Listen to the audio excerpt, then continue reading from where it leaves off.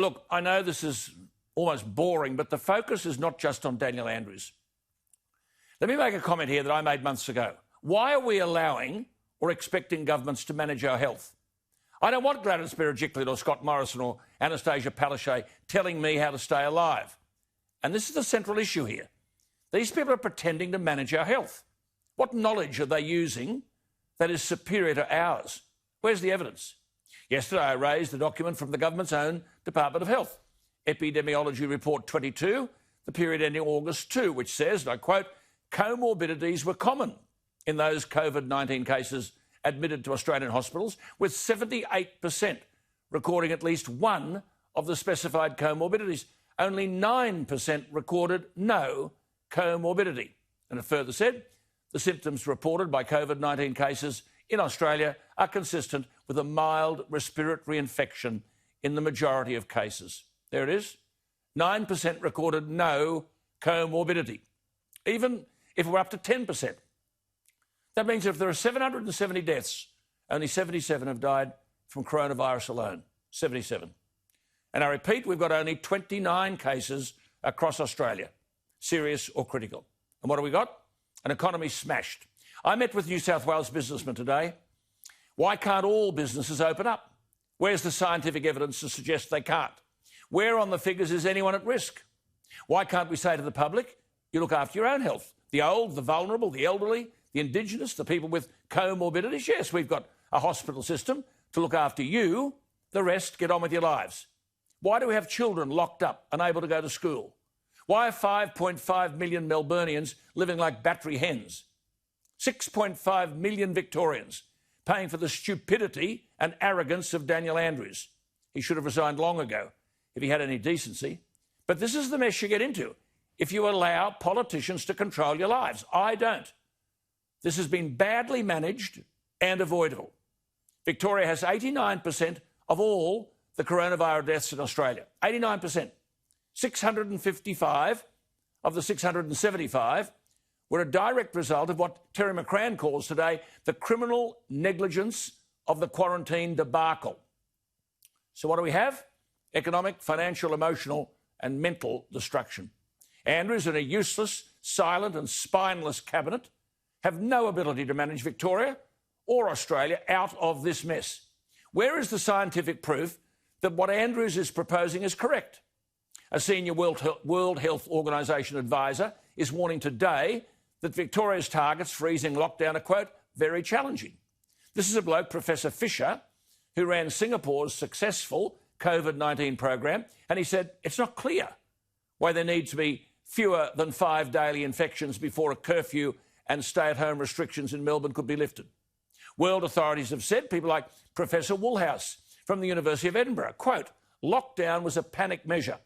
And I believe history will say that trying to control COVID-19 through lockdown was a monumental mistake on a global scale. Professor Michael Levitt is a biophysicist and Professor of Structural Biology at Stanford University. What will these people know, eh? Claiming re-lockdowns, the level of stupidity going on is amazing. And further, lockdowns are a huge mistake.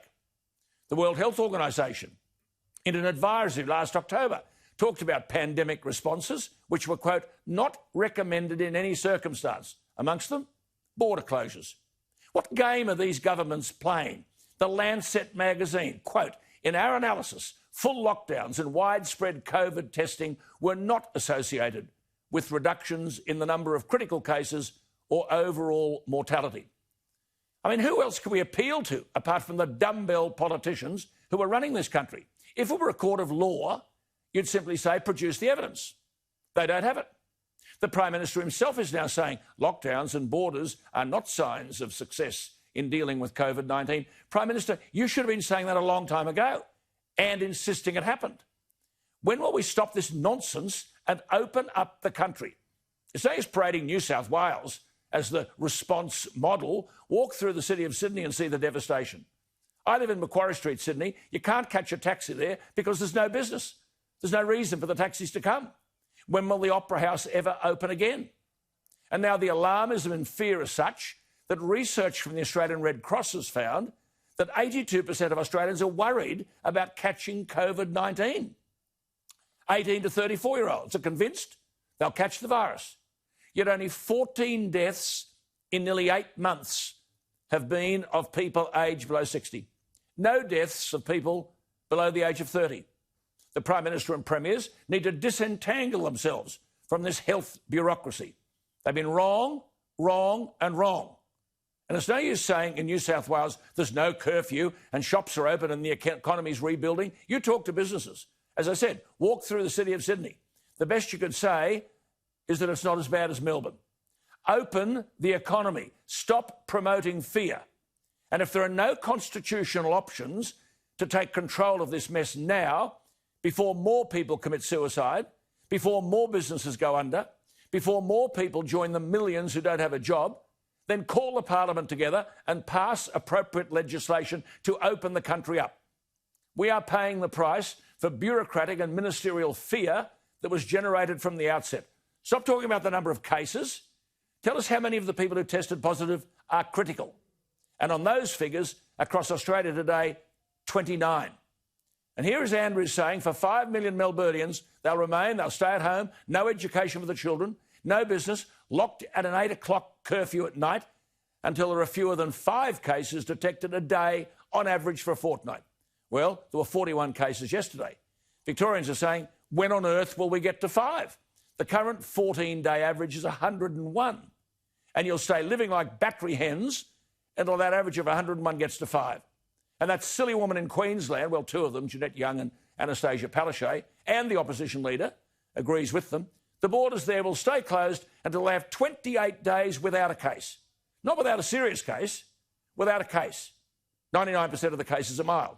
There were 2 cases in Queensland yesterday. 28 days without a case. The curfew in Melbourne won't be lifted until there are fewer than 5 cases a day for a fortnight. I repeat, the current 14-day daily average is 101. This is a ruthless, heartless abuse of power exercised by ignorant, know-all politicians. How do you handcuff a pregnant mother but allow 10,000 people to gather for Black Lives Matter? We've had 27 national cabinets, and here we are, still in this mess. We have to accept the statistics. 99% of the cases are mild. Take out national advertising to promote the truth and stop this alarmism and panic. It is time to end this medical mass hysteria. I'm tired of being sucked in by second-rate politicians. As Jack Mortis, a management consultant who arrived in Australia from Poland with his family in 1981 at the age of 9, writes in The Australian today, quote, Andrews' rhetoric is worryingly reminiscent of the former Eastern Bloc socialist leaders. Never did I think our basic freedoms would be removed in Australia. Never did I think a pregnant woman would be handcuffed for merely saying she would protest against the government. This is not the Australia with which my family sought refuge. My mother cannot believe that at 78, she again finds herself under effective house arrest in a democratic Australia. He writes, and what of Poland now? It's one of the fastest growing economies in Europe. Even in a COVID-19 world, domestic and international travel is allowed. Masks are not compulsory in public spaces, and indoor and outdoor gatherings are permitted. Compared with Victoria, Poland has experienced lower cases and deaths per population, and all without sacrificing civil liberties. He writes, perhaps it's only when you have to fight for your civil liberties that you learn you never want to give them up again. Well, I am saying it's time we fought too.